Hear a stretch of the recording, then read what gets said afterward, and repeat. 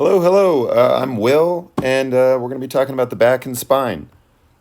Okay, just really important to get a lot of the anatomical position and just some of the nomenclature off, right at the get-go.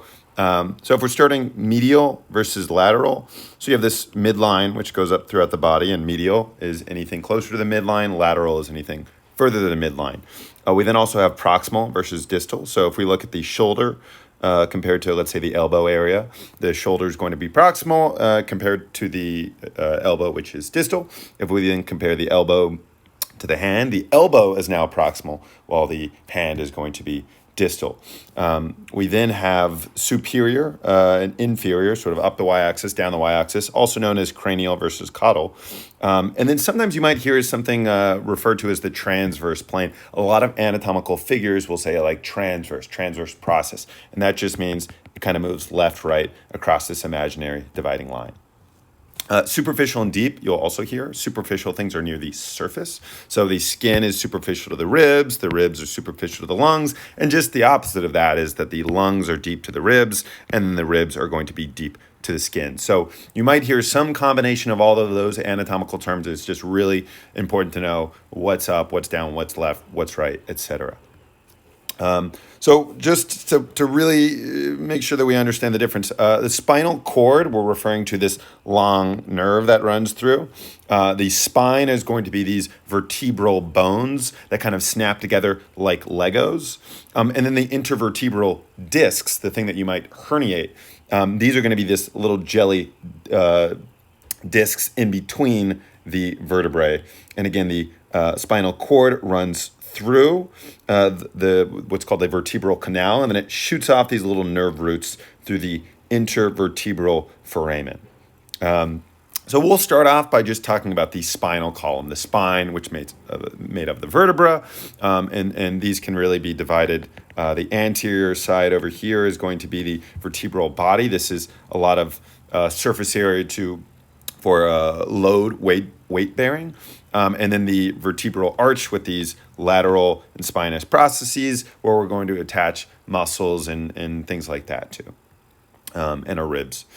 So there are cervical, thoracic, lumbar, and then the sacral and coccygeal regions. We're going to kindly ignore these for the most part. Most important is cervical, thoracic, and lumbar. 7 cervical vertebrae, 12 thoracic vertebrae, and 5 lumbar vertebrae. And as you can see, these vertebral bodies are just getting progressively larger and larger and larger. And that's because, again, this is where we are bearing the brunt of the load. If you just think about your cervical vertebrae, what does that have to carry? Just your head. What about your thoracic? Well, that's got to carry your upper torso and your head. And then the lumbar, has everything stacked on top of it, the whole thoracic body and the head. So that's why we're going to need the largest surface area here. You'll notice also these interesting curves. So if we're looking from a posterior to anterior perspective, that is, we're looking at the back and looking towards the front, here's our eyeball and we're looking this direction. We're going to see this, it's going to sort of alternate. So we're going to have concave, convex, going from the cervical to thoracic to lumbar to sacral regions. There's frustratingly a lot of other names you should know this by. So concave, convex, you might also call this secondary curvature, primary curvature, secondary curvature, primary curvature. Again, it always alternates. She loves me not. She loves me not. And maybe the most important name to know this by is lordosis. So this is a lordotic curve, and this is a kyphotic curve. So lordosis, kyphosis, lordosis, kyphosis. I always remembered, once you know that they're always alternating, I just think like a lord would be at the top of all things in terms of the hierarchy. So you have a lordosis. So if you remember that the lord is at the top, it goes lordosis, kyphosis, etc. And so these are natural curvatures. Everybody's spine should have these curvatures ideally. We can see these in yoga where we have the cow pose where we're amplifying lordosis, and the cat pose where we are sort of exacerbating the kyphosis. So lordosis, I always remembered like that you're sort of walking like a lord. So this would be, this is like a noble lady trying to imitate how not to walk. She's imitating what a kyphotic like peasant would walk like. They just there's kind of this just concave from a posterior perspective, proud arch to the spine. So that's at least how I remember it. You can just memorize it however you want. But often you hear lordosis and kyphosis referring to abnormal pathologies of the spine. So again, it's important to make sure that sometimes, there is normal lordosis and kyphosis, and then there's too much. And then that's a pathology. Pathology is a fancy word for this is now bad. This is potentially indicative of a disease state. So lordosis is where you have excessive concave curvature, usually in the lumbar region. And then kyphosis is where you have excess convex curvature. So again, the lumbar is usually concave, but we're just saying it's more concave now. That can be, when we say lordosis, that's what we mean sometimes. And then if we say someone has severe kyphosis, it's the thoracic region here that is going to be a little bit more extreme. Kyphosis is definitely, as people get older, typically you see people have these, kind of hunchbacks. And so that's kyphosis. It can also be genetic, and people have a hunchback. Scoliosis is this kind of left, right, medial lateral, also known as a sagittal bend to the spinal column. This one's certainly the easiest to see.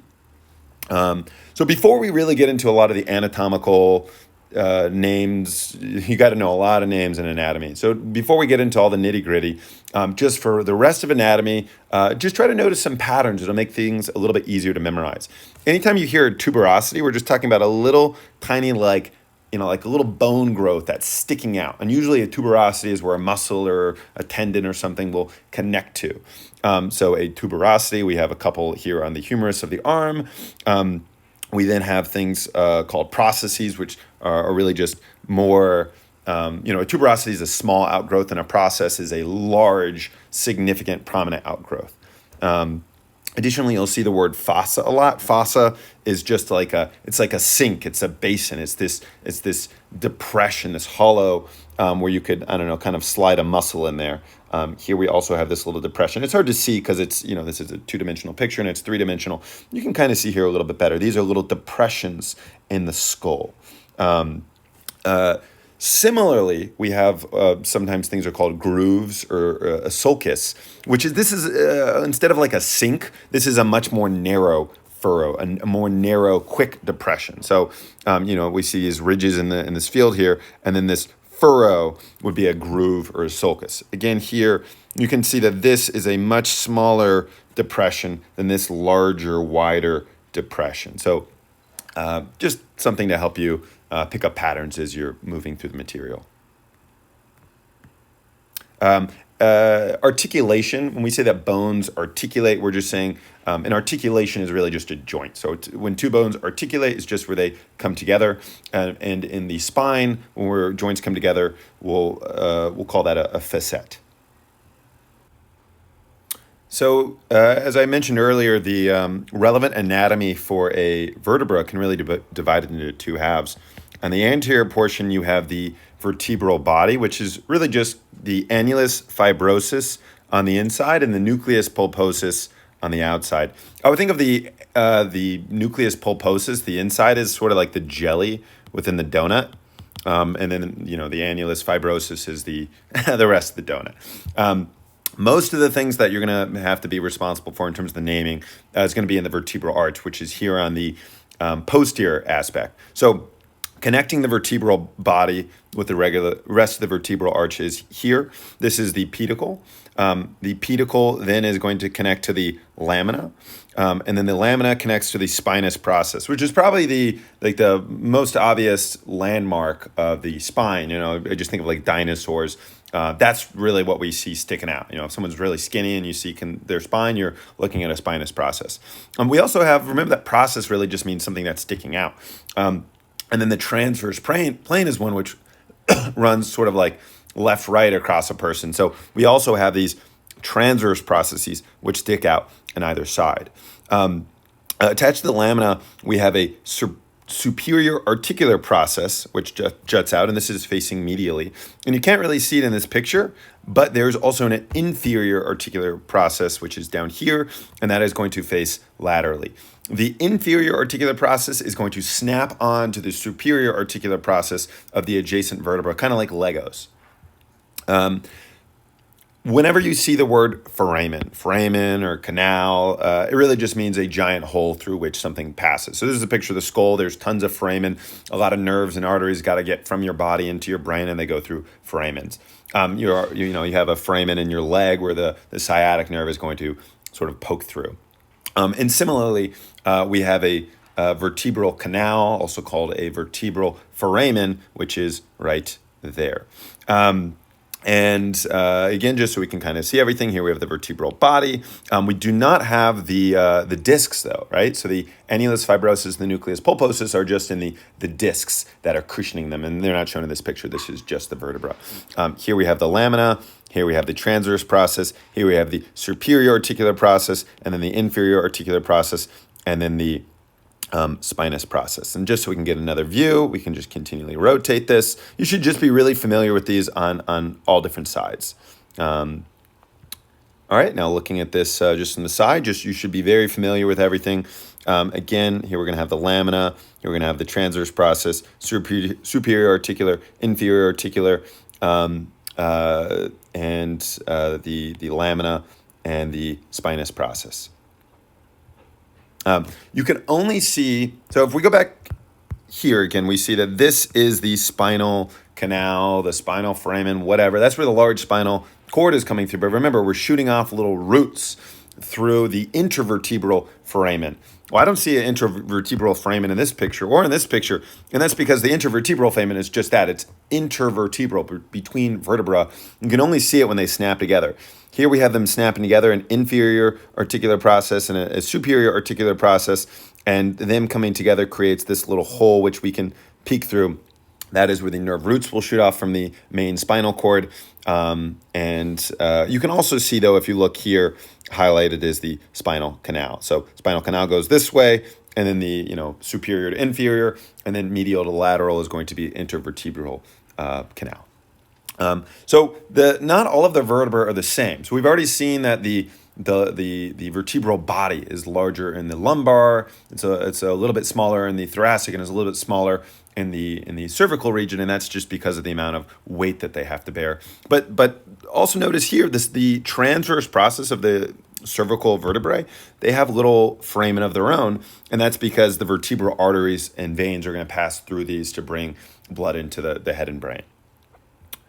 We also have little tubercles, little bony projections for which muscles will attach to, so we can turn our neck to the left and right.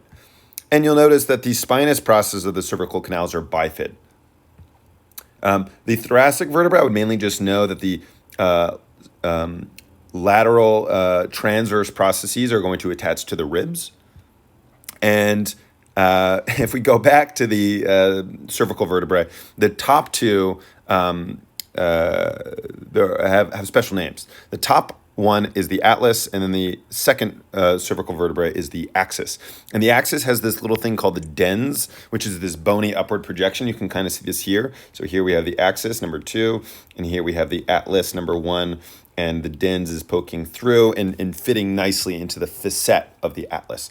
And this just allows you to turn your head a little bit more easily. It's not exactly a ball and socket joint, but kind of it's closer on that end of the spectrum. So you can turn your head due to this feature. The atlas is named after the Titan whose punishment was to hold up the skies. And that's really what the atlas vertebra is doing, is it's holding up the head. It does this by articulating with parts of the occipital bone, which is just the sort of like posterior bone of the cranium.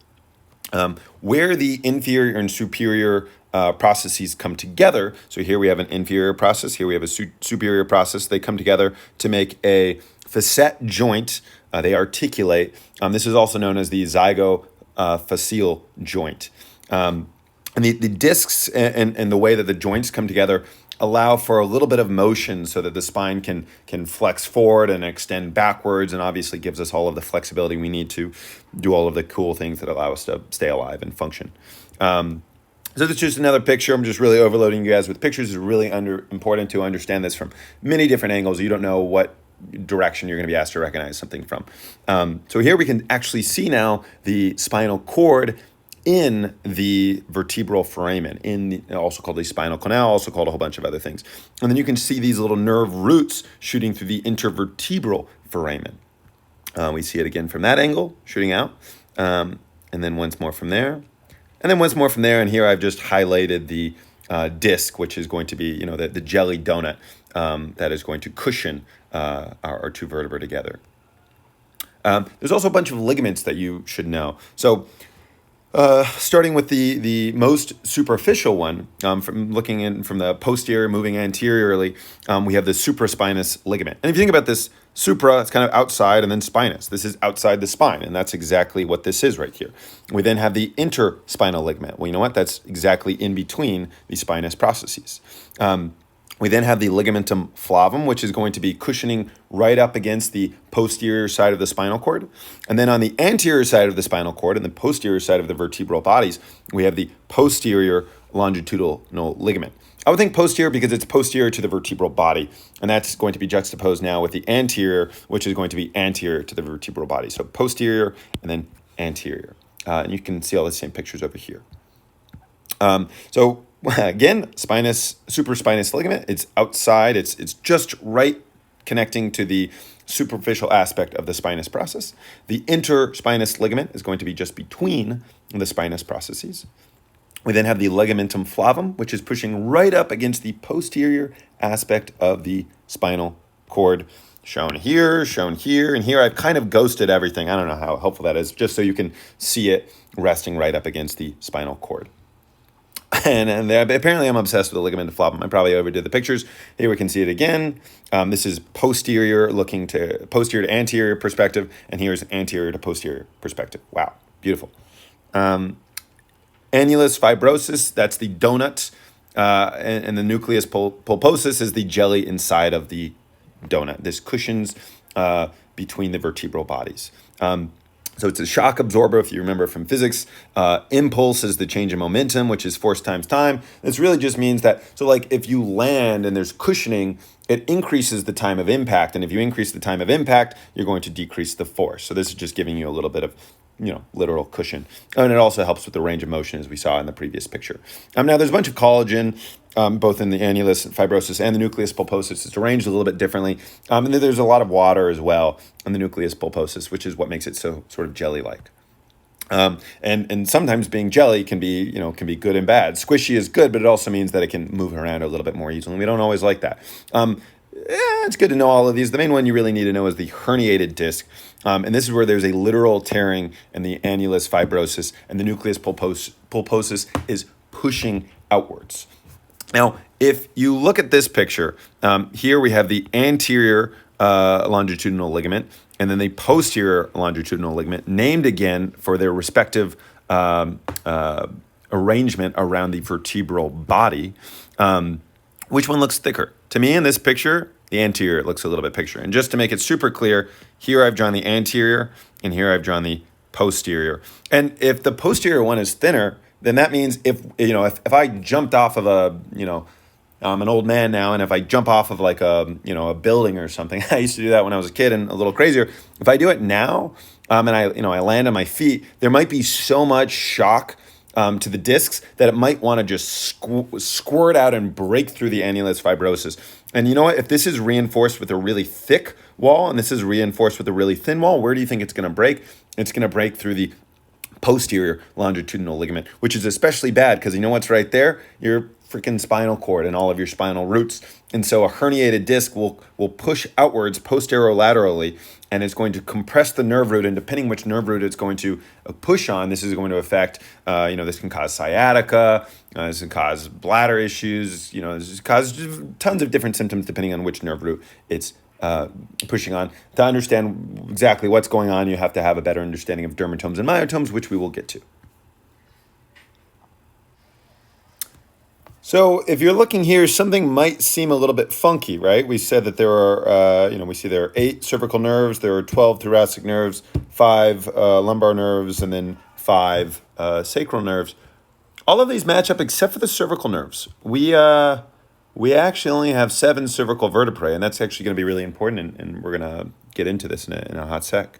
So when we're looking at the cervical vertebrae, we see that the corresponding nerve root, like the cervical nerve root 1, is going to exit above the C1, and then same C2 is going to go above C2. C3 nerve root goes above the C3 vertebral body. But okay, well, let's go ahead and look and see what's going on over here in the lumbar region. Here's the L1 vertebra. There's the vertebral body. This is the L1 vertebral arch, and then this is the L1 nerve root, and it is exiting below. Same thing here. L2 goes below. So it's kind of interesting. The nerve root goes above in the cervical region, and the lumbar region, and actually in the thoracic region too, is going to be going below. So why is this? Partly it's anatomist's fault for just naming things in a weird way, but it's because it might actually be a better idea to think of the occipital bone really as the first cervical vertebrae. If you did that, then here's our C1. It's the part of the occipital bone. Remember what the atlas is articulating with. Below that, we would have the C1 nerve, and then below that, we'd have the C2, et cetera, et cetera, et cetera. And that way, we'd have 8 cervical vertebrae and 8 cervical nerves, and everything would be honky-dory. But instead, the reality is we don't count it that way. So we have this mismatch, this 7 and 8. So as a result, we're going to have the nerve roots going above in the cervical region. But because of this 8th cervical nerve, that's going to be above T1, which means the T1 spinal root is going to be below the T1 vertebral body. Exactly what I just said. Cervical nerve roots are above the corresponding vertebral number. Thoracic and lumbar, the nerve roots are going to be below their corresponding vertebral number. Another thing to note about the spinal,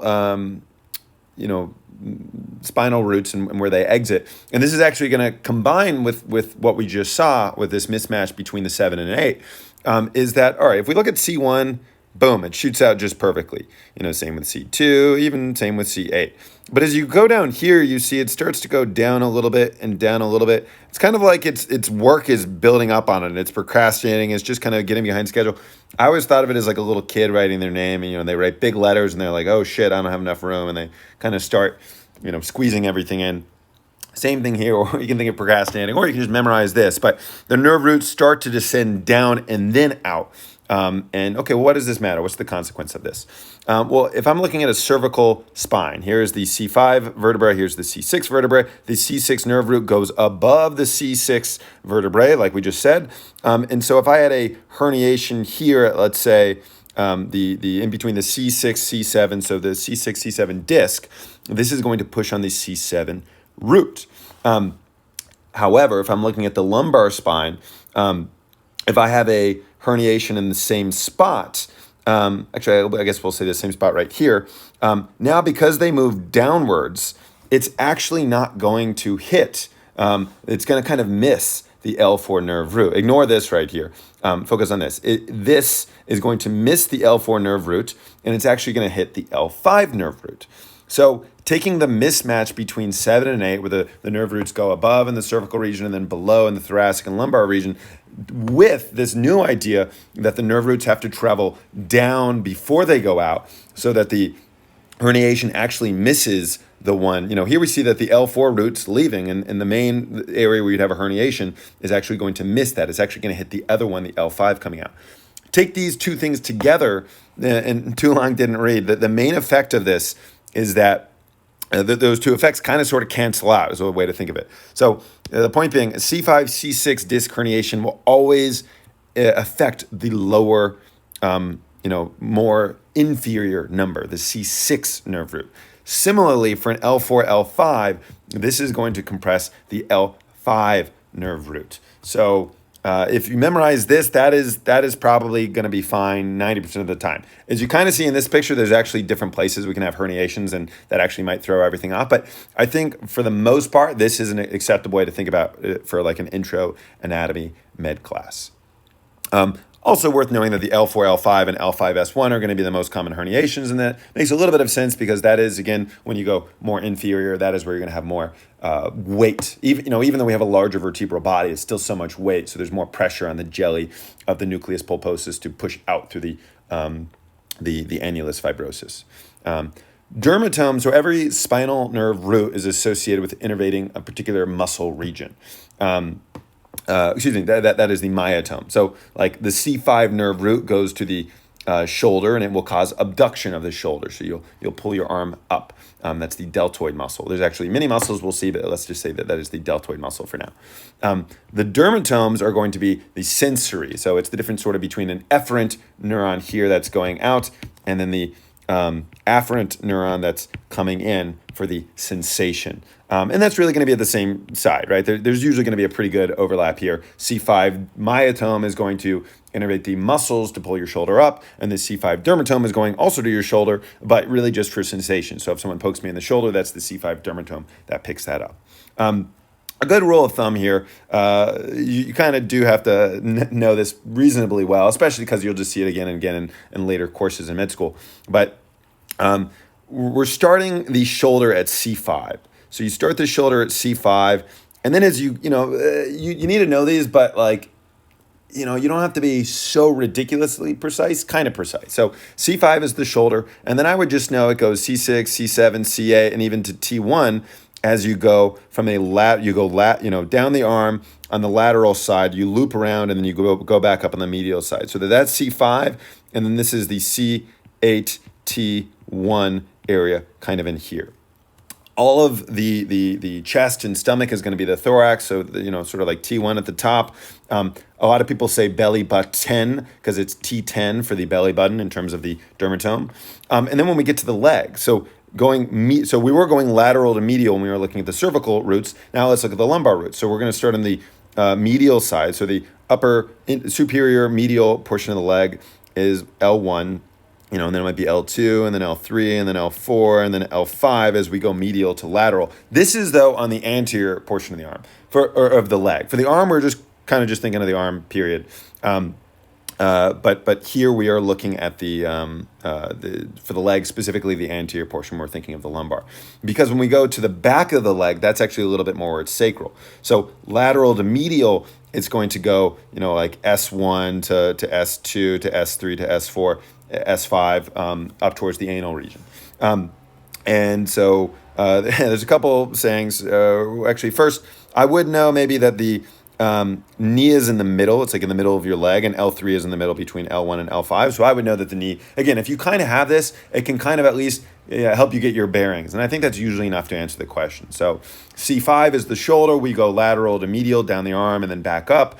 Belly button, T10 is going to be your belly button. T1 is going to be kind of the upper portion of around your sternum. The leg, or L1, going medial down and then to the lateral side. But then the posterior side of the leg, we're going lateral to medial.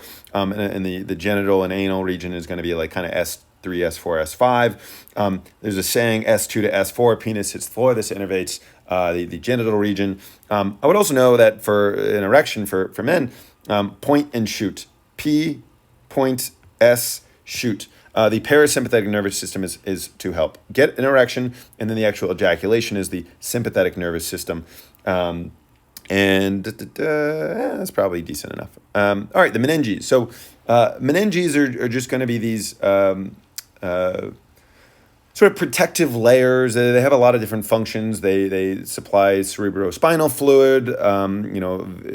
There's venous drainage. Lots of stuff that you'll get into later. Now you just kind of have to know the order.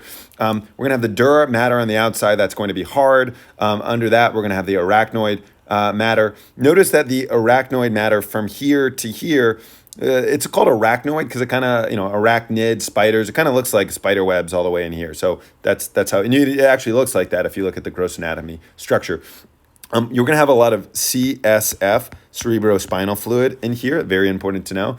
And then on the inside, you're going to have the pia mater, which is closely hugging the actual nervous tissue. So you have this in the brain, but you also have this in the spinal cord. Now, there is a difference.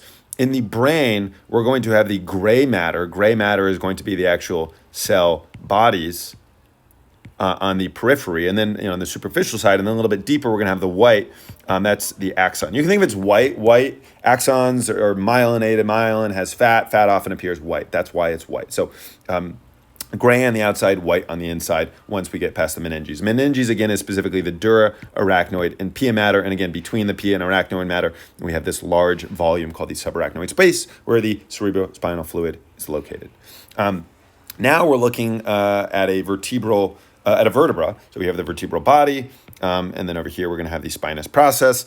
And again, we have the meninges also wrapping this. We have the dura mater, followed by the arachnoid. Then we have a little bit of space. We can see these spider webs. This is where we're going to have the subarachnoid space, and that is where we have the cerebrospinal fluid.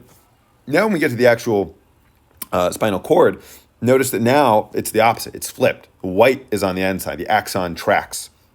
And the cell bodies, the gray, is going to be on the inside. And notice as well, we have these nerve roots shooting off in between the two vertebrae and the intervertebral foramen. So where does the spinal cord end? Spinal cord ends at around L1, L2, right here. This is known as the conus medullaris. It's the end of the spinal cord. But it's kind of weird, actually. There's a lot of weird things. Okay, let's get into them one by one. So the spinal cord ends at L1, L2. But wait a second, don't we have like L3, L4, L5, and then S1 to S5? Yeah, but remember that the spinal roots were playing catch up, and then their work was getting ahead of them, so they kept going deeper and deeper and deeper. They weren't shooting just nicely out like the cervical vertebrae. So the nerve roots actually dip down more inferior compared to the end of the spinal cord, and they are going to continue. This is known as the cauda equina, called a horse's tail, and we'll see in a second. It does kind of look like a horse's tail. You can see that as well here. Again, conus medullaris is where the literal spinal cord ends, not considering the spinal roots. And again, more weird stuff. The dura mater and the pia mater actually continue going. I guess it'd kind of be like if you had a sausage and like you only have like a little bit of, maybe you have like 5 inches of a sausage, but like the actual like sack that the sausage is wrapped in goes a lot longer. We could also imagine you have a small foot and you just have a giant sock. So your foot fits in the sock, but the sock keeps going. So that's the dura and pia mater extension. The pia mater stops at about S2. That is the filum terminale internum, and then the dura mater extension stops at around S5. That's the filum terminale externum. Most important though, no conus medullaris L1, L2, no cauda equina where the nerve roots are continuing. Is it about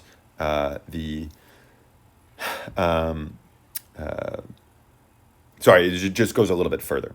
We can see a much better picture here. Again, the conus medullaris where the spinal cord actually ends. But again, the nerve roots are like, oh shit. And they're just going much, they're just moving like straight down in a way that they weren't earlier.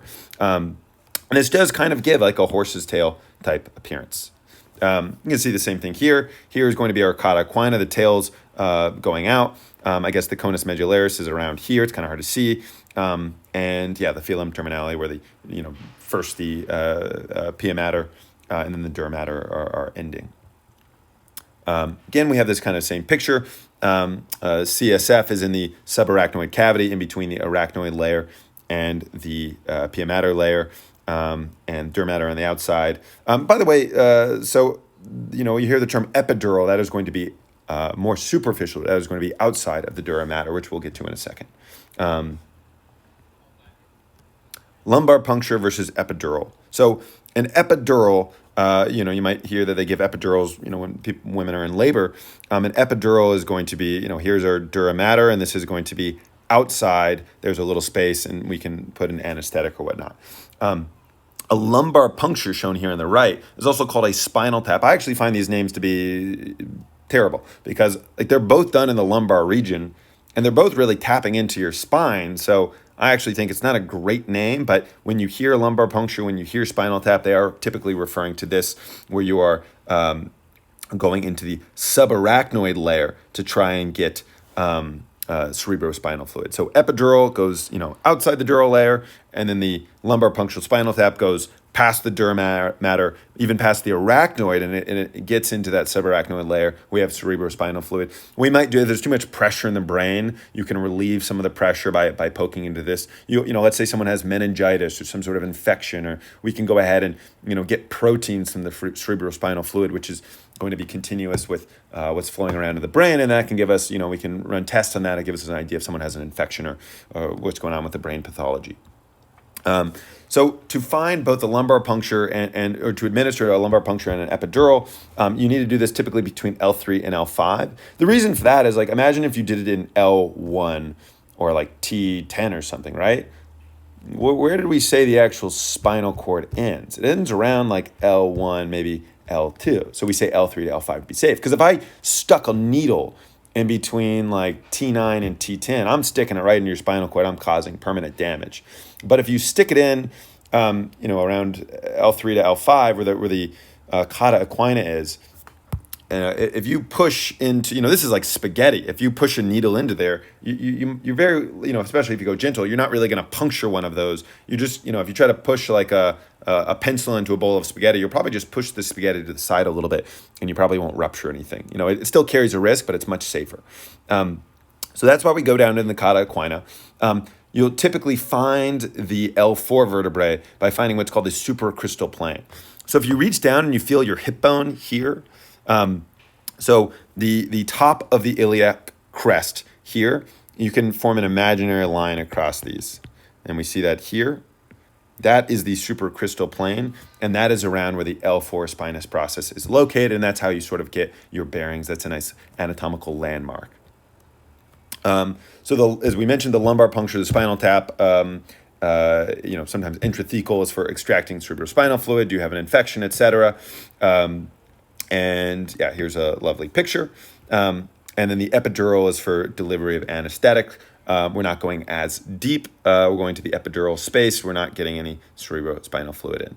And notice again all of these lovely, we've got our skin, we've got our fascia, we got our supraspinous, we got our interspinous, we got the ligamentum flavum, which is right up against the spinal cord. Then we have the dura, and so in between that and this, we're going to have the epidural space, and then the arachnoid, then some arachnoid space, and then the pia mater, which is so thin and tiny that often doesn't even show up in pictures. Fun. And then again, we have the posterior ligament and the vertebral body, and then the disc, and then the anterior longitudinal ligament. So anesthetics technically could be administered to the epidural or the subarachnoid space. It's just that if you go into the subarachnoid space, you're penetrating deeper, and you're making you're exposing the inside cerebrospinal fluid, which is again continuous with the brain to the outside. Toxins and bacteria, viruses could get in there and move upwards, and then you've got a whole big problem and an infection. So you can typically leave an epidural in place longer. So that would be for like long-acting regional anesthesia typically. I don't think you're going to be asked this, but it always just confused me, and so I just thought I'd clear that up. There's a lot of back muscles, and you certainly have to know a lot about. It can become complicated, a little bit overwhelming about which muscle moves the arm in which direction. I think it becomes easier if you understand where the origins are, where the insertions are, understand a little bit about the anatomy of the greater, lesser tubercle and the scapula. So let's get into that now. The scapula, the shoulder blade, has a superior angle. So, this is literally just the angle. If we imagine this is an angle, it's the angle on the superior side, and here we have the angle on the inferior side. Same way we just kind of have like a spine right here. We have like a spine of the scapula. So this is called the scapular spine. And as we just move upwards, we move up, and we get to this highest point here. It's very reminiscent of what we see if you've ever been to Athens with the Acropolis. Acropolis, highest part of the city, and acromion, highest part of the shoulder. Maybe I'm biased because I'm Greek, but I think understanding the Greek roots can help throughout all of med school, just a little bit. On the anterior side, we have this thing called the coracoid process, which juts out, and then we have the glenoid cavity, which is going to articulate with the humerus of the arm. So looking at the humerus, we have the humeral head, which is going to snap into the, this ball and socket joint of the glenoid fossa. Again, remember a fossa is a depression, and that's exactly what we just saw the glenoid cap is. We have the anatomical neck as opposed to the surgical neck. So the surgical neck is called that because people often break this. If you just imagine applying a lot of pressure here versus applying a lot of pressure here, this looks like you'd have more. Just mechanically, this is more likely to snap and break. So we see a lot of breaks here. And this is where the axillary nerve runs. The axilla means armpit. So this is running right under the armpit. And the posterior, and that's going to control your deltoid in your shoulder. And then this is where the posterior circumflex humeral artery is also coming out. And we're going to see later this is actually quite close to the quadrangular space. Remember that we said that there are these things called tuberosities, which are just little tiny bony outgrowths, the greater tuberosity and then the lesser tuberosity. I always think of it as lesser. I mean, it's literally smaller. That's why they call it lesser. But I also think of it as lesser because less things attach to the lesser one on the anterior side. More things attach to the greater tuberosity. And this is really going to make play a large role in the rotator cuff, which we'll see soon. So the clavicle is connecting very close to the acromion over here. Here we have the coracoid process, and this is, of course, just all part of the scapula. Well, not the clavicle, but it's attaching there. This is attaching to the humerus. And then we're seeing, again, that the glenoid-humeral joint here is where the head of the humerus articulates with this glenoid fossa. So just to really make sure we have, we know all of the lingo. Flexion, you're touching your hand onto your shoulder. Extension, you're pushing your arm all the way out. Internal rotation. So, this would be like a bicep curl, and this would be a tricep extension. Internal rotation, as we see here, also known as medial rotation. External rotation the other direction, also known as lateral rotation. Adduction, a lot of people think like you're adding your arm to your body. So that's adding. Abducting, I always think of like somebody trying to like abduct a kid and yanking their arm away. So this yanking motion, this kid's arm is abducted right now. Retraction, pull your shoulders back. Protraction, push them forward. You can kind of see the same thing over here. And just keeping in mind that really all the movements you do, you are really like a puppet on strings, the strings being the muscles connected to the bones. Like pulling on the bone is really just what moves your whole body, and you should just think about the origin and the insertion coming together. Additionally, we're going to be talking about like, this muscle does this movement and this muscle does this movement. But whenever I say that, really what we mean is that this muscle contributes to this movement.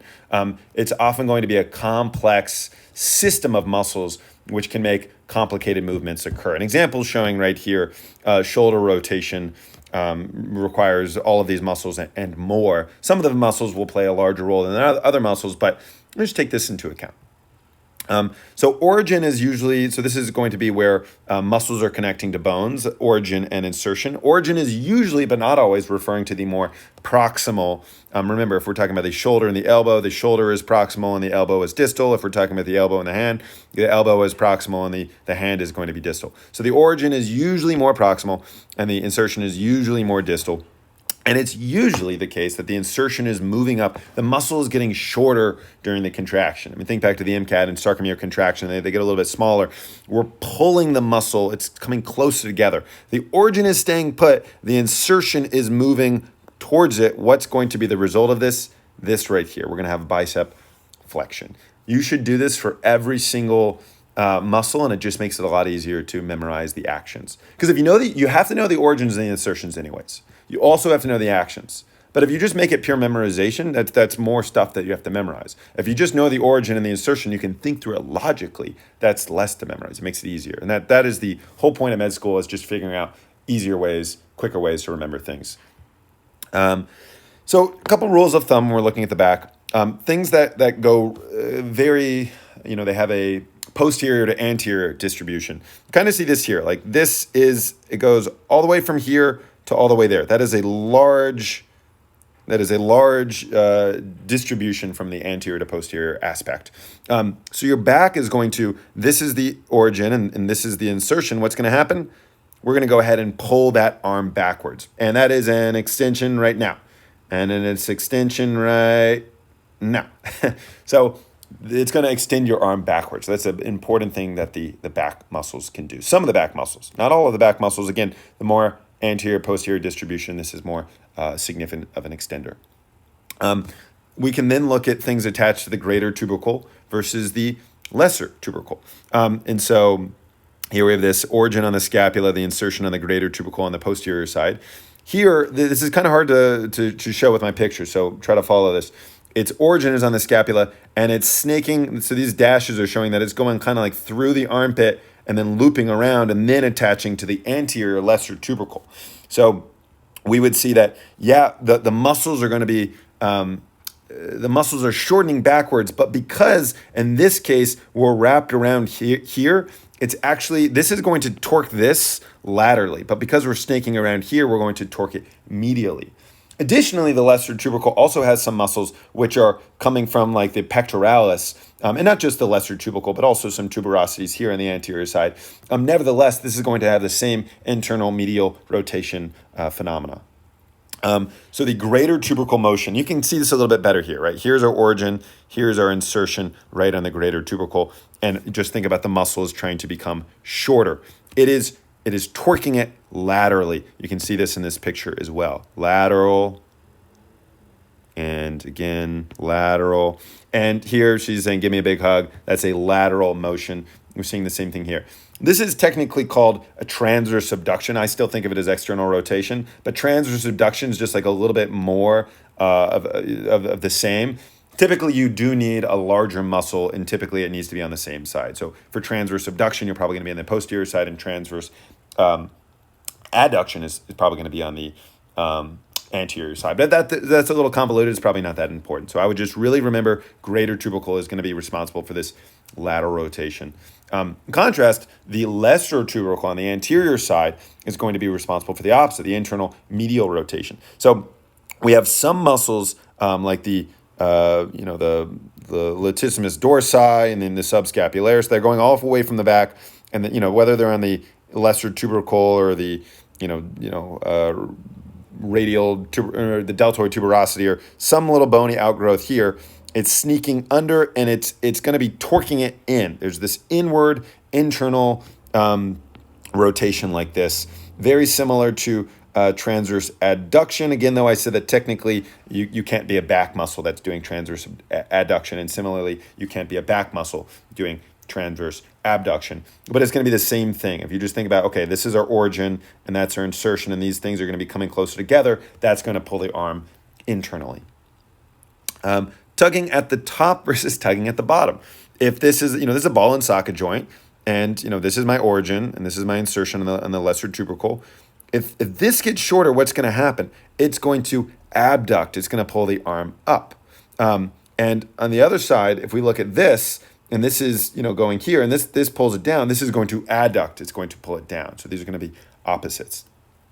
There's going to be a lot of memorization, but things shouldn't seem outlandishly crazy. They should be a little bit of a logic. Certainly a little bit of memorization, but a little bit of logic should come in if you remember just things start and where they end.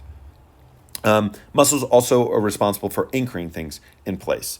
This is going to be pulling in this direction, that's pulling in this direction, and that's pulling in that direction. So what's the net effect of this? We're anchoring the head of the humerus into the glenoid fossa, keeping our shoulder in. What happens if this doesn't occur? You're going to have a shoulder dislocation. Your arm pops out of its socket. The trapezius. So the trapezius, if you go to the gym and you see somebody doing this exercise, you see these big old, hunky muscles here. People know that these are the traps, but not everybody knows that you're just seeing kind of the tip of the iceberg. That's just the upper traps. We also have the middle and the lower traps, and the lower traps might even go down there a little bit as well.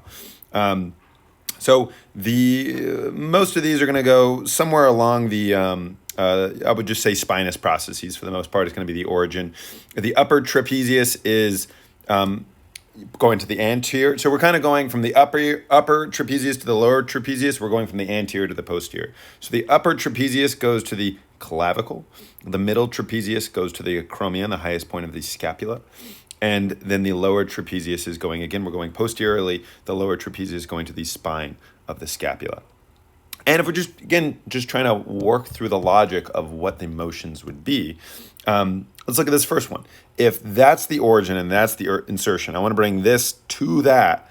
What's it going to do? It's going to shrug your shoulders up. Boom. And a boom. All right, what about shoulder retraction? All right, so if this is our origin right here, and that is our insertion. So again, this is going to be the acromion for the middle trapezius and the spine of the scapula, kind of over like here for the lower trapezius. That is going to pull everything kind of here and here. Is going to pull our shoulder blade backwards. So not getting political, but our ex-president, a hell of a shoulder retractor. Look at that shoulder retraction. Wait for it, and now. Boom. All right, shoulder retraction. Let's see it. There we go. All right. The trapezius also plays a role in shoulder abduction. And this is 100% going to be 1 or 2 questions on your test. They love asking about shoulder abduction. We're going to be talking a lot about it for the rest of this lecture. The shoulder abduction from the trapezius is 90 to 180 degrees to be precise. And remember, it takes a village. There's a lot of muscles involved. We're really just going to be focusing here on the upper trapezius, middle and lower trapezius. So they're all kind of pulling in different directions because, this is to the clavicle, this is to the acromion, and this is to the spine of the scapula. If we look at this, so this is the shoulder blade, and these are the movements. Like we were just talking about, right? You just think about where's the origin, where's the insertion, and how would the shortening of the muscle move things. Maybe better to think of the shoulder blade and the arm, the glenoid joint, just kind of thinking, okay, the center of mass, the center of rotation is going to be kind of right here in the middle of the scapula. Here we'd have the upper trapezius, here we'd have the middle trapezius, and here we have the lower trapezius kind of pulling down. If you think about this, if you just go back to physics and you think about torque and angular rotation, these are all going to contribute to we're thinking of the right shoulder here, a counterclockwise rotation, which is going to be an arm abduction. So we see it right there, arm abduction. Again, they're also showing the serratus anterior and the deltoid, which we're kind of ignoring for now, but here we can see upper trapezius. They don't actually show middle trapezius and I guess the lower trapezius. So at the end of the day, 90 to 180 degrees shoulder abduction is the trapezius. It also helps stabilize the scapula. So again, if we think of, okay, this is my insertion and this is my origin, we're just going to kind of pull inwards. Pulling inwards, it anchors or helps keep an equilibrium of anchorage for the scapula right there. Latissimus dorsi, this is like the swimmer's muscle. You can kind of see it here, and this guy's sticking out because obviously, you swim a lot, you're going to use this muscle quite a bit. Has a lot of different origins. I think knowing along the spinous process is probably the most important bit. So I just think of it as along the spinous process, but it's a little bit on the ribs, a little bit on the ilac crest, it's a little bit on the inferior angle of the scapula, blah, blah, blah. It's inserting into the bicipital groove, which I would say is like, think of it, because it's snaking under the arm, I kind of think of this as an anterior attachment. And I guess that's fair, but we'll see what it does in a sec. So, medial internal rotation, because it's kind of sort of an anterior attachment, I guess that's fair. If we're thinking that, okay, this is the origin and that's the insertion, it could kind of torque that in a bit. And you see right there, boom. And boom. There we go. That's our medial internal rotation. Shoulder depression, it's here and we're going here, it can pull everything down. It can pull the whole shoulder downwards. Okay, that's up, but now it's pulling down. Up is other muscles, down is the lats. It can help with dips.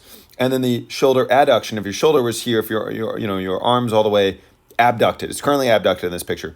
That's the origin, that's the insertion. I'm going to bring this down. That is going to torque my left arm, counterclockwise. It's just going to torque it down. And we can see right there. Boom. And pulling it down.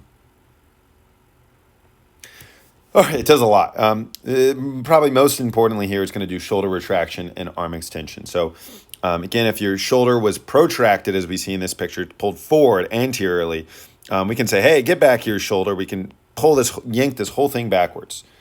Yanking it back, right. There we go. Yanking it back. And forward, and yanking it back. And yanking it back. There we go. You get it. Arm extension and hyperextension. Again, this is the idea that it's now going to be pulling on the arm a little bit backwards rather than just the whole shoulder blade. Pulling back. Pulling back. There we go.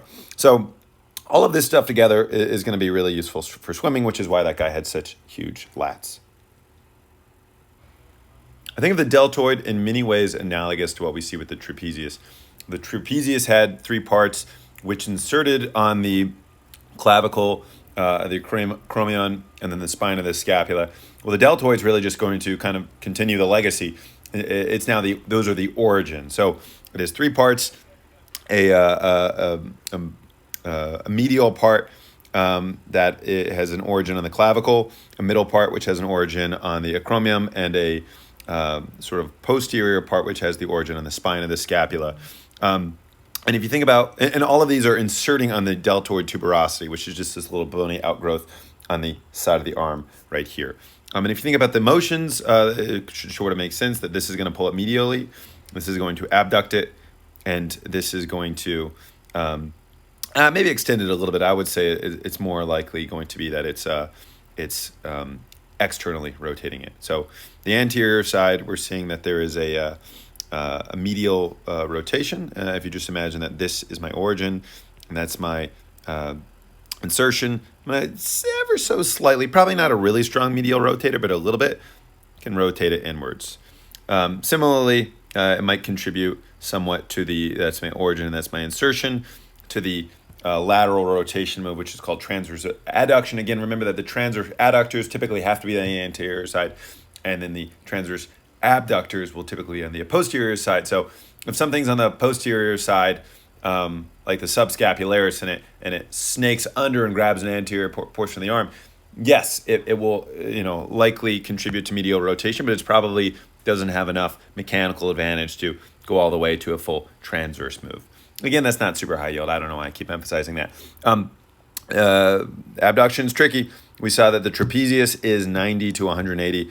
Well, the deltoid is about 15 to 90. And this is going to be the middle head, which plays a role in this. And then the posterior head is going to be more your lateral rotation. Yeah, I don't know why I said so much extension earlier. It's more like lateral rotation. And again, if you think of like, okay, well, that's the origin and that's the insertion, and I want to bring them together, just a tiny bit of a tweak in that direction. Same thing here with the full transverse abduction. All right, scapula muscles. Here, remember we have the spine. So supraspinatus is above, spine is, well, that spine, it's above the spine. That's this puppy right here. And then we have below the spine, that puppy right there. Teres minor, teres major, I never really saw, teres means rounded. I never really saw these particularly round, but I guess they're a little bit rounder. Minor is the smaller one on top, and then the major is the larger one on the bottom. The lateral head of the triceps is, well, go figure, it's on the lateral side, and then the long head of the triceps is a little bit longer. It snakes up just a little bit further. We have a tiny little space called the quadrangular space, which is bordered by the humerus, the teres minor, the teres major as well, shown right here. Through this, you can see this is right up, like as deep as you could go into the armpit. And so armpit is axilla, and you know what? That's where the axillary nerve is. Randomly, but you need to know it, is that's where the posterior circumflex humeral artery is also going. And keep in mind that the surgical neck is called the surgical neck because if you applied a lot of force right there, boom, that's a great place to break it. You're probably not going to break anything right there. This is maybe one of the most vulnerable spots. And that's going to innervate the deltoid and affect abduction. The triangular space now is really just going to be between our triceps and our teres major. This is where the brachial artery, which is going to provide blood for most of the arm, and the radial nerve is. And I always thought of like triangle, tri for tricep, and that's this is bordering the tricep, both of the long head and the lateral head, and the radial nerve is also going to innervate the triceps as well. So it all kind of comes together a little bit there. Here's just a picture. You can see the axillary nerve here in purple. I kind of just ruined it with my red, but it's right under the glenohumeral joint.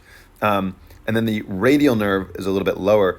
There's actually a little bit of pathology here. Like if someone has like a crutch injury, like they're crutching around for too long and they're digging their crutches really hard into their armpit, we think of axillary for armpit because that's what axilla means. But because it's so deep, it's actually cushioned by a lot of fascia and muscle. So it's actually the radial one, which is a little bit more superficial and not as snugly deep into the armpit, that's actually going to be damaged. So axillary nerve would be if you break the surgical neck of the humerus, while the radial nerve would be if you have like they call it a Saturday night palsy, which I'm sure you'll hear about, but crutches into the armpit is the classic there. Teres major, is actually very different from the other ones. It's a little bit more similar to the lats. Notice it's all the way in the inferior angle there of the scapula to the anterior portion of the arm. And because it's on the anterior portion, it's going to contribute to medial rotation. It's also going to be able to pull the arm in, if you just imagine this. So it's going to be an adductor. And because it's going it's the anterior, posterior, long distribution is going to allow it to arm extend. If we pulled, sorry, I can't draw 3D, but it's going to be pulling our arm back. Let's go ahead and take a look here. The extension and hyperextension. So that's extension and a little more for hyperextension. It's pulling the arm back. There's the origin, and it's saying, hey, get back here. What are you doing? And it keeps pulling it back, back, back, back. Shoulder adduction, arms here, it's here. It's going to be pulling it this way a little bit. Pulling it in. Just think again, the origin and insertion. The origin stays put and the insertion is trying to come to it. And then most of these kind of make sense. Medial rotation, we said, for anything that goes to the anterior side, it has some ability to rotate it medially, internally. The rotator cuff is made up by these four muscles: supraspinatus, infraspinatus, teres minor, and then the subscapularis, which we haven't really talked about yet. These three go on to the greater tubercle. I think of it as being great because, well, it has three muscles. Well, the lesser tubercle, its main muscle that we really need to think about right now is the subscapularis. Again, the greater tubercle is going to be lateral external rotation. The lesser tubercle is like kind of your internal medial rotation. The supraspinatus is in the supraspinous fossa. So you can actually see here there's like a little bit of a depression right there, right? You could like fill that with a little bit of soup, and a little basin. That's the infraspinous fossa. Why you can't see the supraspinous fossa because the muscles fitting right into it. Remember that a fossa is really just, again, it's like a little sink. It's a little depression. We can kind of see it right there. Or there's another one there. They're all over the body, not to be confused with grooves and sulci, which are a little bit thinner. It attaches to the greater tubercle, and it is, just think about it. This is over here, and that's over there. It's going to be pulling the arm upward like that. But it only does the first 15 degrees of abduction. Just a teeny bit. Teeny bit, teeny bit, teeny bit. Then the deltoid takes over, and then the trapezius takes over. And we have the summary right here. I think this is very high yield to know. Supraspinatus, followed by deltoid, followed by the trapezius. Serratus anterior helps a bit, mostly the trapezius, innervated respectively by the suprascapular, axillary, and the accessory for the trapezius. Infraspinatus is, go figure, it's a little bit below the spine or exactly below the spine of the scapula. It also attaches to the greater tubercle, but because it's a little bit more like posterior anterior distribution instead of like side to side distribution, right? Like this one pulling here, pulled it up, but because it's all the way here, it's not going to pull it up exactly. It's going to just more be a lateral rotator, transverse subductor. Here we can see this here. Just imagine the origin and the insertion coming together. Teres minor. Teres minor is not doing its minor. It doesn't really do a lot. It's a very small muscle.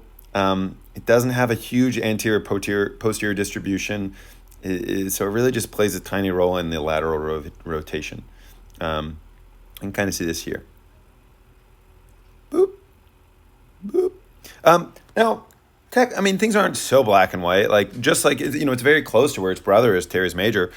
But teres major is a little bit more of an anterior posterior distribution, hence a larger role in the extension. It's also a larger muscle as well.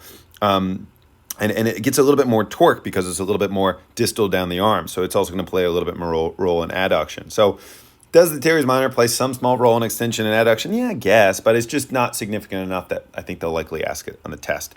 Big difference between them, though, is the teres major goes to the anterior side. I always think of it as cheating. Like if the back muscles, they're like Benedict Arnold or something if they're, they're traitors if they go from the back to the anterior side. But those are medial rotators. This is going to the greater tubercle on the back and the posterior side, so that is therefore a lateral rotator.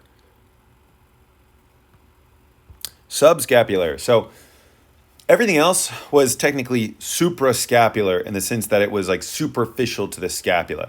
You have, like if you were doing dissecting in an anatomy, you would have to get through the muscle the supraspinatus and infraspinatus, they're superficial to get to the scapula. And then you dig past that one, deep to the scapula now is the subscapularis. So sub, deep to the scapula. So sometimes you actually get a better angle by looking at this from an anterior perspective. Here you can kind of see that's my scapula, that's my scapula, that's my scapula, and here is my subscapularis. And it is, again, one of these Benedict Arnold traders. It is going from the back to the, I know we said it's on the anterior side of the scapula. I still consider this the back, but it's going to the anterior side, the lesser tubercle, and it's therefore a medial internal rotator. And there is a fossa. It is the subscapular fossa. Here's a better picture of it going from the anterior side, the deep to the scapula to the lesser tubercle. And there's another picture with it just, I've kind of ghosted the spinatus muscle and infraspinatus muscle and scapula. And so you can see the subscapular deep to all three of those. Subscapularis, well, like these things should, I hope you guys are getting sick of me. I hope it's so, painfully obvious. It's going to the lesser tubercle on the anterior side. So what is it going to be doing? It's going to be internal medial rotating. And because it's technically a back muscle, we would not say it's a transverse adductor, though that probably is not that important. Rotator cuff. So we've seen everything now. Teres minor, infraspinatus, supraspinatus. Where do they go? They go to the greater tubercle. Why is it great? Because it has three muscles. It's on the posterior side. It helps with lateral rotation. The lesser tubercle, the trader, the subscapularis, which is deep to the scapula, is reaching all the way through, grabbing onto the anterior lesser tubercle. Why lesser? Because it just has this one, and going to be internal medial rotation. Now, if we look at this, you can see all our bones here in yellow. White. Acromion, clavicle, and the coracoid process. There, and there. And then we have the teres minor here, infraspinatus there, supraspinatus there, and then the subscapularis on the anterior side there. So again, the humeral head is snug, deep into the glenoid cavity or glenoid fossa of the scapula, and it's got this nice it's a ball and socket joint, so it allows extension back, flexion forwards, abduction, adduction. There's a lot of cool movements our arms can do, but it's held there tightly by these rotator cuff muscles. And if for whatever reason they can't hold it properly, this is a dislocation where it really falls out of the socket. And mostly this is going to be an anterior dislocation, and you're typically going to see the humeral head poking out. Sometimes you'll see the acromion prominent, and like I mentioned, 97% of them are anterior. Why are 97% of them anterior? Why not also having the arm fall out backwards? It's because, what's easier?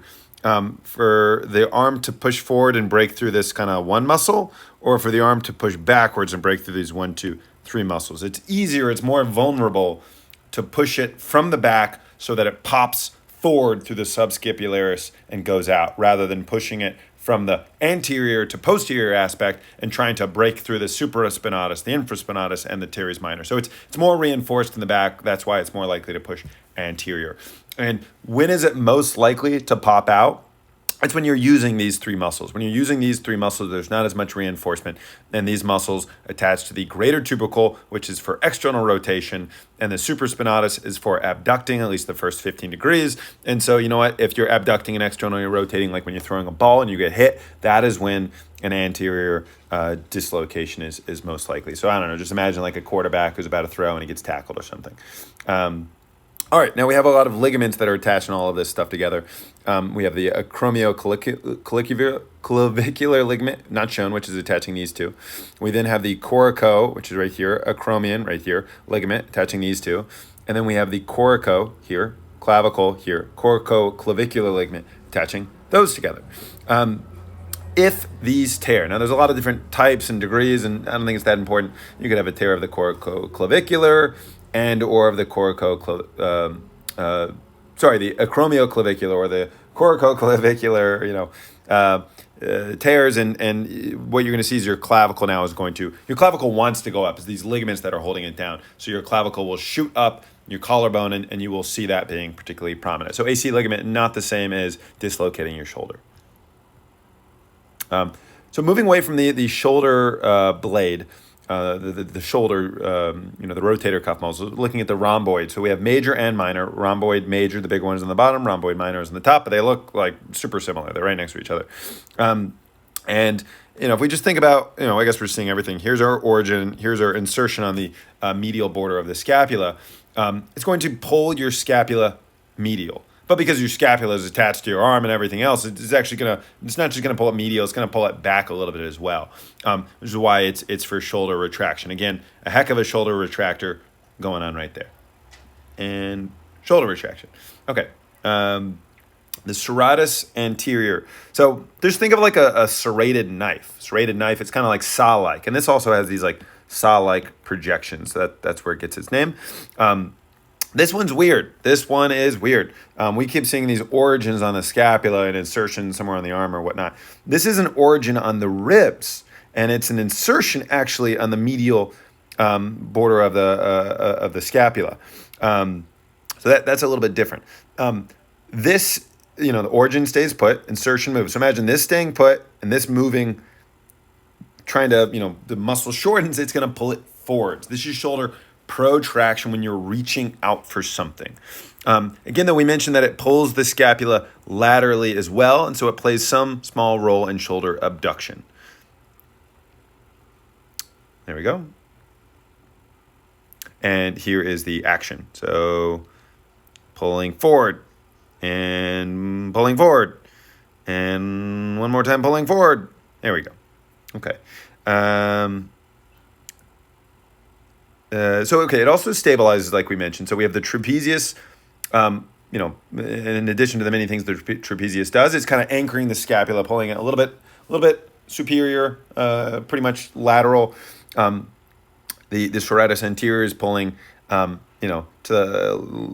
trapezius is going medial and the serratus anterior is going lateral. But then we also have the rhomboid. So there's an equilibrium between these three muscles pulling in all different directions, which ideally keeps the scapula where it's supposed to be. Now, if for whatever reason, there's an imbalance in power, we could pull the scapula permanently too much to the left or permanently, too much, the status quo might be too much medial. And this can result in winging, this disequilibrium of forces. So here we have somebody who has a lateral wing. It's pulled a little bit too much to the lateral side. And obviously before and after surgery, there's a big difference, but that's just so you can kind of see it. You need to know, I think this is also how the difference between medial winging, the nerves, what can cause it. So medial winging is when it's pulled too medial. You can see this lady's, it's pulled too much to the left. And that is because she has an issue with her serratus anterior. Remember the serratus anterior, we just saw, pulls it, a shoulder protraction, but it kind of pulls it to the lateral side. And if we have a long thoracic nerve which innervates this muscle damage, well, then you're not pulling it laterally, which means the trapezius and rhomboid are winning and then pulling it too laterally, and boom, there you go. If you want to check to see, if you just wanted to make sure it's the serratus anterior, it's the medial wing, if you want to exacerbate the wing, ask them to use the muscle which is not working, and that will exacerbate it. So if the serratus anterior is not working, we know that this helps pull forward when you're reaching for something. So tell them to reach up against the wall, and that will exacerbate this, and it can confirm the diagnosis. For lateral winging, rhomboid, yeah, sure, whatever, the dorsal scapular nerve, but we're more interested in the trapezius. That's bigger, it's meatier. So the accessory nerve damage, cranial nerve 11, this is going to be innervating the trapezius, and if that goes out, now the rhomboid's still there, but the serratus anterior is still pulling maybe a little bit more lateral and is winning a bit, and so you're going to have the thing pulled a little bit too much to the right. Again, let's confirm the diagnosis. Let's exacerbate the winging. Tell them to use the muscle that doesn't really work very well. And the trapezius does many things. One important one, which we've talked about, is arm abduction. At the very least, 90 to 180 degrees. But nevertheless, arm abduction, the trapezius doesn't work. It emphasizes the winging. Erector spinae, these are three different muscle groups, which have all different types of origins and insertions, but I would really just think of these going from the spine to other, points on of the spine and the ribs. And they're really just responsible for extension. So if you want to have good posture and stand up straight, that's extension. So extension kind of leaning back, and then flexion would be bending down, but we're focused, that's more of the abs. We're focusing on extension for the erector spinae muscles. And here we see them all. and doing this nice motion here. All right, so innervations for the major muscles that we need to worry about. Long thoracic serratus anterior. There's a funny joke I saw in some educational video on the internet. Roses are red and violets are blue, and the long thoracic nerve innervates the serratus anterior, which I thought was funny and for whatever dumb reason stuck with me, so I give it to you, even though I stole it. The dorsal scapular, that one's weird. You just got to memorize it. That's the rhomboid. Suprascapular. This one makes sense, right? We said that let's actually start with subscapularis. We said that sub means deep to. Deep to the scapula is the subscapularis muscle, which again, it's a cheater and it goes to the lesser tubercle on the anterior side. Well, that's the subscapular nerve. It makes sense. So by contrast, this is the suprascapular nerve. And remember, the super here means above the spine and below the spine. But suprascapular nerve is talking about kind of like superficial to the scapula. And these two, in that sense, are definitely bundled together. The thorax, I just think of the latissimus dorsi goes to a lot of the thorax. It's a big muscle, and that helps me remember the innervation there. The accessory nerve goes to the trapezius, and then the axillary nerve, that's right in the axilla, right at the armpit. And what muscle is right around the armpit? It hovers right on top of the shoulder, the deltoid. Also the teres minor, but we're focusing more on the deltoid here. Surgical neck fractures are common-ish. And, right at the neck of the shoulders where, your axilla is, and that's why we have the axillary nerve there. That's also near the quadrangular space. Remember, that's where we have the posterior circumflex humeral artery. And then at the mid-shaft fracture is going to be near the triangular space. Remember, triangular is where we have the triceps, and the radial nerve also innervates the triceps. So it all kind of comes together a bit. This is also where the brachial artery, which supplies most of the arm, is going to be. This major blood vessel here is the subclavian artery, near the neck. Once it sort of goes through past the clavicle, it now becomes the axillary artery. And then about halfway down the arm, it becomes the brachial artery. So it's the same artery. We just keep calling it a different name. It's kind of like a highway that's just like randomly, like you never took a left or a right, but it's just suddenly a different name for whatever silly bureaucratic reason. Screw the lawyer, save a patient. So we have the superior thoracic, thoracoacromial branching off from the subclavian and, now called the axillary artery. The lateral thoracic artery. So screw the layers. Screw the lawyer. Screw the lawyer, save a patient. So superior thoracic, thoracoacromial, lateral thoracic. Anterior circumflex is actually over here. So it still is more proximal than the more distal. So we're still actually going in order. Posterior P, circumflex artery. Circumflex is just whenever anything kind of bends and curves a little bit. So you should be able to identify those by their curves. So here, there's a video. I think I really screwed up on this. So you're going to have to, screw the lawyer, save a patient. S is not for subclavian. So subclavian becomes the axillary, becomes the brachial, but off of the axillary, again, we have the screw the lawyer, save a patient. So let's take a look. Axillary. Superior thoracic, screw. The lawyer. Ignore. Save a patient. And you can also kind of see how these are, I'm not done yet. And then we go to the brachial. Okay, great. So you can also see how the circumflex here are kind of like bending around the arms as well. Again, that's circumflex. All right, then everything goes to the arm, and I think that's a whole other module. I have another video on the arm that I made for y'all, but I think they switched up the order, so arm might actually be one of the last anatomy units that y'all do. So I'll send it to you at some point. Maybe I'll message somebody to try to figure it out. Good luck. I really hope this was helpful. Best of luck. Yeah.